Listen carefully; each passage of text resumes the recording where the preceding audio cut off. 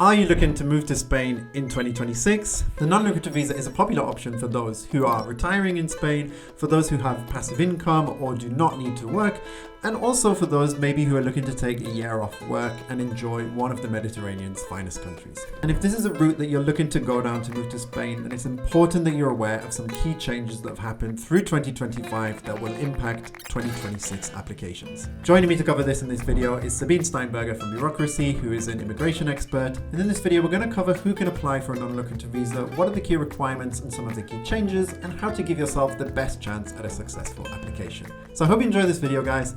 Let's get right into it. Sabine, hello again. Good to have you back on the channel. Hello, Jonny. I am so happy to be here now again. This is almost as a tradition now. So thank you for having me. I was about to say, yeah, you're becoming a regular feature on Millennials with Money. I kind of feel like privileged to be here. It's a pleasure to have you, as always. Thank you. So let's maybe, obviously we're going to talk about the NLV today as kind of a refresher or a recap. Maybe just before we get into some of the broader details, can you maybe give us a recap of what the NLV is in Spain and who it's for? Yes, of course. Well, no, it's NLV, non-lucrative visa. This visa is mainly made it's very well known as for retirees. However, this also can be for taken as a sabbatical year, but mainly it is made for people who wish to live in Spain without any need of actually active working. So it's based on passive income or savings. So this is the main significance of this visa. Okay, and so from that we could say like, the people it's best suited to are retirees, people who are maybe taking a year out of work, something like that, people who have passive income and don't have the need to work, essentially. Yes, the ideal profile would be retirees, someone who has the enough documented information maybe to show that they are not in need of working. There is an update that we wish to share right now, is that some time ago it didn't matter really the age, and there's no real rule that says that there is like the minimum age to apply. But it is true that recently we have noticed that the consulates are being very strict on working age people, and we have many families who wish to just enjoy life in Spain without needing to work. But it is true that in those cases we have noticed that they might be asking for extra proof and extra documentation to kind of make sure that you are actually not planning on working during your stay on a non-lucrative visa. Okay, yes, this is something we'll maybe get into more in detail, but good that you've given us the heads up as we get ready to go into it. So documentation, as you just mentioned, there is one major change that's come with the NLV. Let's maybe talk about that. And are there any other major changes that people applying for an NLV should keep in mind in 2026? Yes, definitely. As you or some of us may know, this year in May, there was a major change in this visa, and maybe not so much as a change, but there was more strict adjustments to some of the requirements. Previously, it was normal or very common to apply together alongside with your parents, with your older aged kids, and it was very easy to get this visa. However, since May, unfortunately, older aged kids or even our parents are not anymore eligible to be dependent on our non-lucrative visa. So this means that if your kids are already over 18, there has to be a medical reason why they are dependent on you. Only a financial situation, unfortunately, is not valid anymore. And for parents, they have to be in elderly age, like over 80, and if they're less, they are younger, there has to be a real medical reason as well. And we have to provide many documents that could show like they are included in your tax returns, they do not have any financial means on their own, and to really have a big strong case onto why they would be eligible as dependents. Otherwise, they should be getting their own non-lucrative visa. And I don't know, maybe you wish to go more in detail of it, or we should just go straight to the next change? No, we could talk about it some more. Yeah, absolutely. I don't know if there's any questions you would like to ask, but this is the biggest thing, and definitely it's a big change to consider for a big family who wish to move all together. We have to look into the details of the situation to let them know whether or not that would be possible to move along on the same visa application. Yeah, okay. So from what I see, and maybe it's a theme that we're going to see in the next thing we talk about as well, but things that were once perhaps at the discretion of the administration are now things that were perhaps once at the discretion of the administration are now more clearly laid out as to what is and isn't permitted on the non-lucrative visa. And there's a need to document, there's a much greater need to document circumstances to prove that you meet the requirements, essentially. Yes, you have rephrased it very well. Now, the next thing we would like to also add is obviously many people are kind of, they're still in working situation, and then obviously this application for the visa can take up to 6 months to prepare ourselves. But the big question is, do I need to finish my job before I apply? Can I keep working until the visa is approved? And unfortunately, we have noticed that also on this note, consulates really want to see that you already have finished your work at the day at the consulate. So before, we were able to submit a resignation letter signed saying that your last day of work would be a month after the consulate or when the visa is approved. Well, now it is safer to finish the work, have the resignation letter signed with the day ending before the consulate's appointment, and this way we make sure to avoid any possible extra documentation or delays of the visa process. Yes, I know. I think even when we spoke about this with Marina last year, in the case of the UK, like you could go as far as like giving a P45 document to prove that you're no longer in employment at that time, that you had effectively left your job. Yes, well, now in US or Philippines, it still was kind of a gray area. You could, but now it is really we recommend to go directly with ending your job as at least before the appointment to make sure that there's no delays. Okay, so summarizing all that together, yeah, it's exactly what we said before. So much more strict criteria, there's less flexibility or discretion maybe, and there's a need for clear documentation of your situation. Yes. Okay, so anyone who'd seen the NLV video from last year where we talked in a bit more detail, these are the key updates that you need to keep in mind essentially going into 2026. Yes. Okay, so I mean, obviously from what we just discussed, it's clear that you can't work on a non-lucrative visa. It's clear that you need to prove that you finished working before you start in a non-lucrative visa. What if we take the example of someone who wants to go back to work in the future, maybe in Spain or abroad, or they want to use the NLV as a stepping stone or a transition essentially to become a digital nomad or start their own business? I understood this was technically possible, but maybe with this new criteria, it's a little bit more difficult to make that transition. How would you see it from your side, Sabine? Well, it's a very common situation to take a break for a year and then continuing your professional path. There is no official way of changing or transitioning. There are some things that we need to consider to kind of comply with the requirements. So such as if you wish to go back to working and applying for a digital nomad visa, the ideal step to take would be to leave the country for the 3 months that digital nomad visa expects you to be working.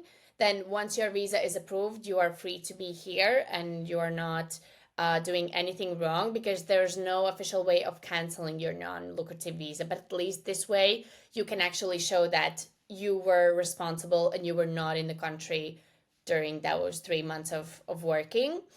And then there is another way, which might not be very, very common. Another way that is not very known, that actually after the first year on a non-lucrative visa, you can get a work permit in Spain.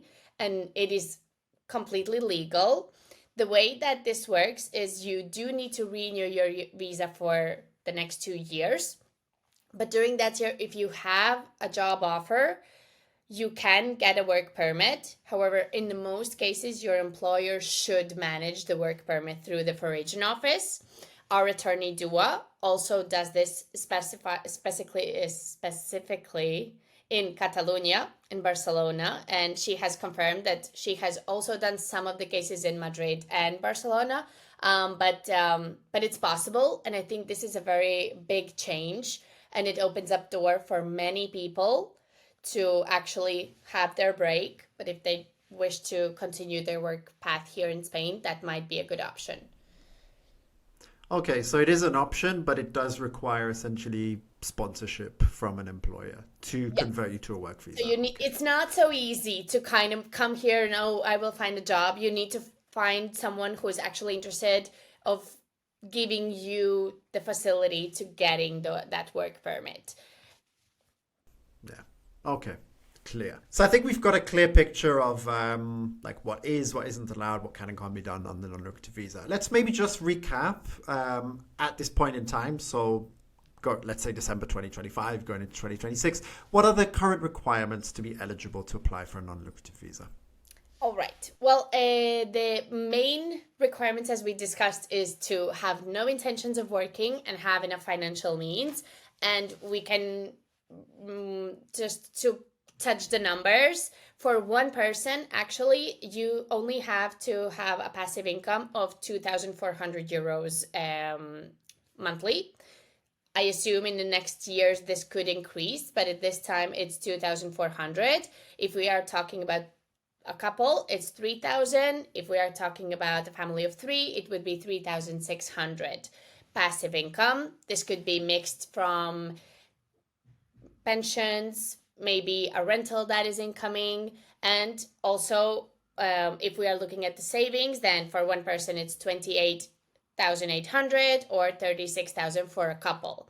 And it's important to note that it's not a requirement to have either the passive income and savings. It's a facility to have one or the other, and you can mix them both. So for example, if you are earning a pension of 2,000 euros, which means that's 24,000 a year, well, then the rest of the amount, you need to have that in savings. So I see that it's common to see that people think they need to have one or the other or both, but you can mix them and there's no requirement of having each of them. Then we need to have a clean criminal record for the past 5 years from each country that you have actually legally lived in. So if you have been traveling a lot, we need to look at that.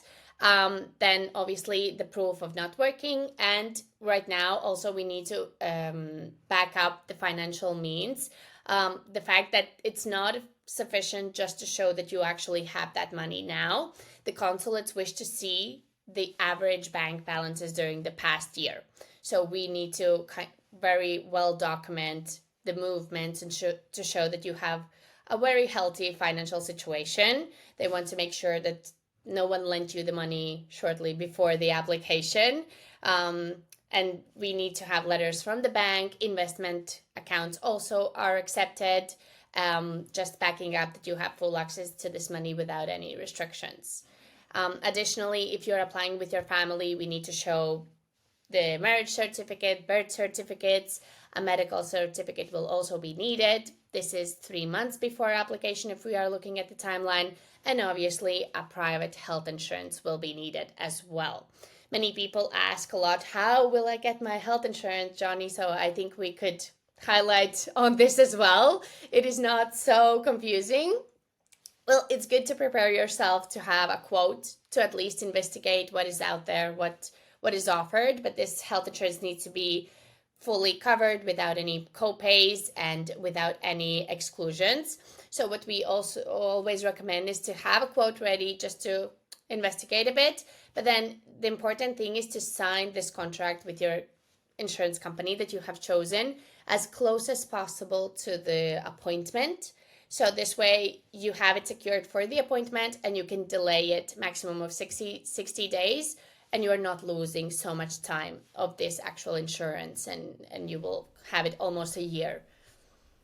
Okay. And people, can they use like a provisional address or from their home country, maybe just whilst the application is being formalized, would you say? Do you mean for the application at the consulate? For the health insurance. Oh, yes, yes. For that, you do not need to have already a long-term rental secured. And it's good that you mentioned this, because also many people are kind of confused. How will I find my long-term rental while I'm still in my home country? It's not necessarily required to have this long-term rental secured. You can have either a 3 months Airbnb, for example. It can be temporary. Even if it's cancelable, it's completely fine. Or maybe you have a friend or a family member that could write you an invitation letter. This also is valid. So no worries about finding your place. We understand it's hard. So while you're in your first months here, you can find the place where you actually wish to settle. Yeah, that's good. That's good. Good stuff. One more thing I'm going to mention is for the viewers watching, Sabine and I, we did an exclusive video, which you can access as part of Global Financial Freedom, where we ran through scenarios of people, with one of them being someone who is eligible for the non-lucrative visa. So if you want to see some fictional examples of who qualifies for what visas in Spain, then be sure to check that video out as well. That was a fun video that we did. Sabine, what are some common mistakes that people make when applying for a non-lucrative visa? All right. Well, this is a fun one. I'm sure it is. I'm excited to sit through this part. Well, the first thing I would say is to underestimate the seriousness of it, and also kind of not the seriousness of the fact that not all the updated information is on their websites. So there is the list of the requirements, and I believe many people think, oh, well, this is not so bad. I can do it by myself, and we don't want to underestimate our clients as well. But we have seen the confusion that there is, because unfortunately the authorities and the consulate web pages are not up to date, and also they are a little bit inconsistent of what they require. So having someone, a professional, helps you, because we are working with them daily and our clients provide to us up-to-date feedback on what is actually happening. So a good stream of information of what is actually needed is important, and to make sure and verify that information as well. Timing, definitely timing, because as we do need to prepare many details regarding the documents, such as the history of your financial health, that takes time. Banks take their own time. Legalization of the documents take their own time. So in many situations, we see that the people kind of are in a hurry to move, but preparation takes time. And then we need to add there also the timing that it takes to schedule an appointment, and to keep in mind that the consulate has their 3 months to answer as well. So starting rather sooner than later is always a good thing. And on this note also, something that I wish to kind of highlight from our experience is to actually listen to the professional that you have started to work with, and kind of listen to what we are saying, because that might save you time and some money maybe as well.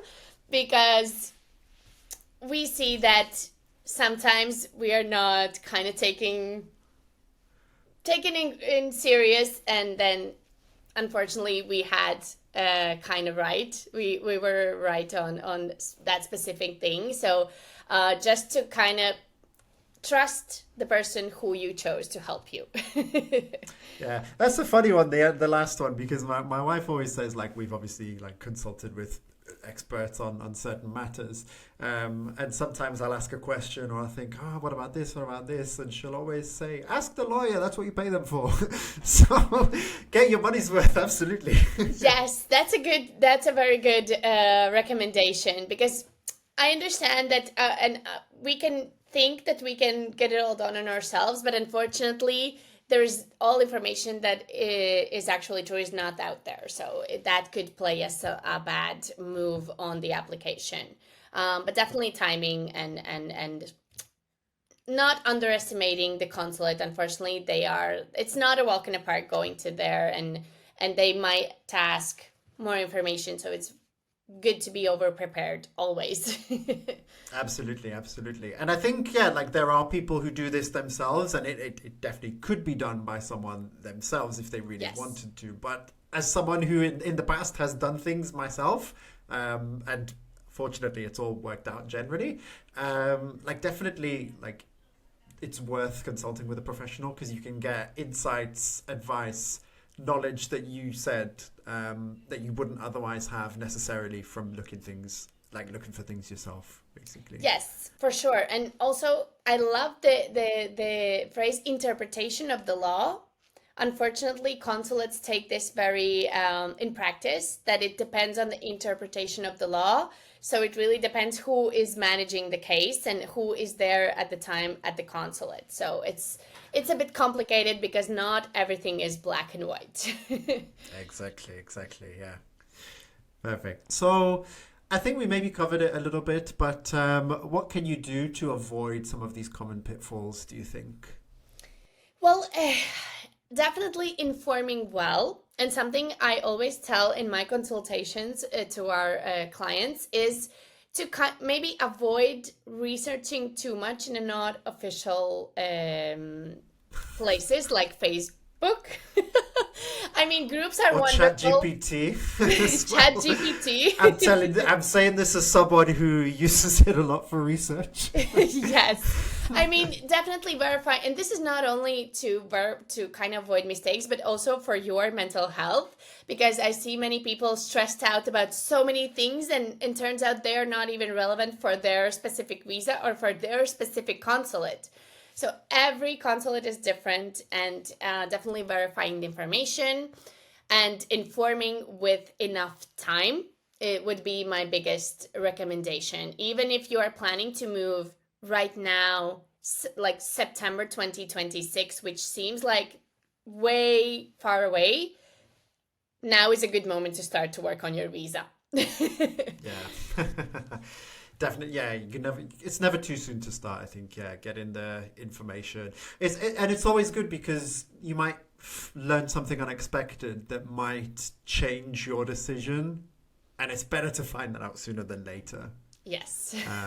And save yourself the disappointment. Hopefully not disappointment, but yeah, whatever it looks like. Even if it's a good surprise, like it's better to know it sooner than later. Yes, and many people, maybe they think that they are not eligible for the visa, but then looking more and talking, for example, with us, with having a free consultation, it's only 20 minutes that you lose, kind of, but it maybe open up a door to a new idea that you didn't think of. So definitely investigating and asking professionals. Yeah, I would say 20 minutes well spent, Yes. Yeah. I try my best.